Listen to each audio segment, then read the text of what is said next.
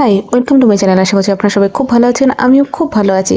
আজকের ভিডিওটা এখান থেকে শুরু করলাম। আজকে গেছিলাম একটা নতুন জায়গায়।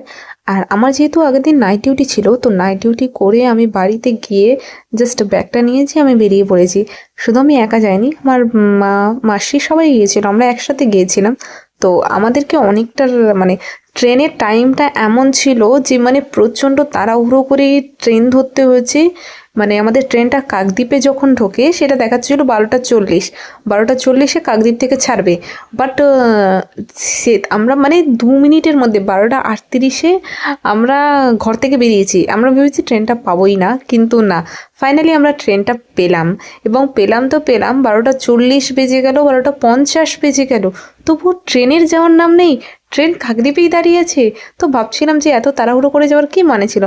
তো যাই হোক, আমরা আস্তে আস্তে যেতে যেতে পৌঁছে গেলাম। তো নদীপথ দিয়ে যাচ্ছিলাম, তো তারপরে আমরা পৌঁছে গেলাম, পৌঁছে আমরা বেরিয়েও গেলাম একটু জায়গায় ঘুরতে।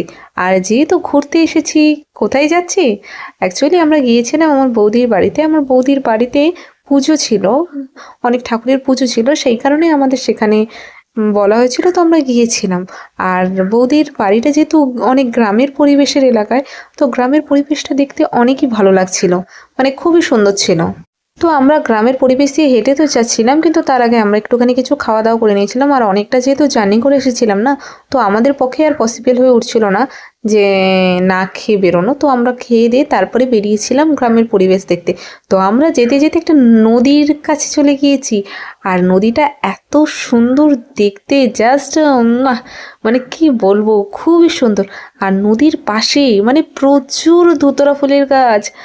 আমার শুধু একটাই জিনিস মাথায় আসছিল, যেদিনকার শিব চতুর্দশী ছিল সেদিনকার একটা একটা ধুতুরা ফুলের দাম 50 টাকা ছিল। আর আজকের কত ধুতুরা ফুল! তো আমি তো দেখে আর লোভ সামলাতে পারলাম না, আমি তো ধুতুরা ফুল তুলে নিলাম। আমার কিন্তু বেশ ভালো লেগেছে।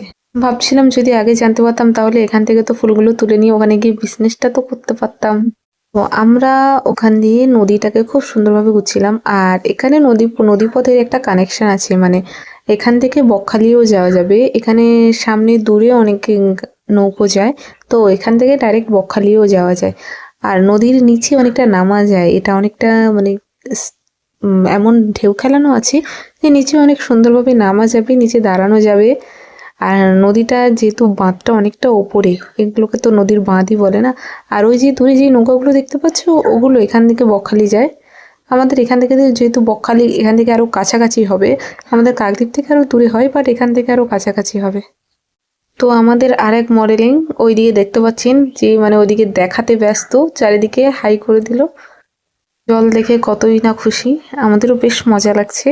আর সেই সময় জোয়ার ছিল, ভাটা ছিল না, এটাই সবচেয়ে মজার বিষয়। তো আমরা ভালো করে সুন্দরভাবে ঘুরে ঘুরে মানে এতটা ভালো লেগেছে আমরা।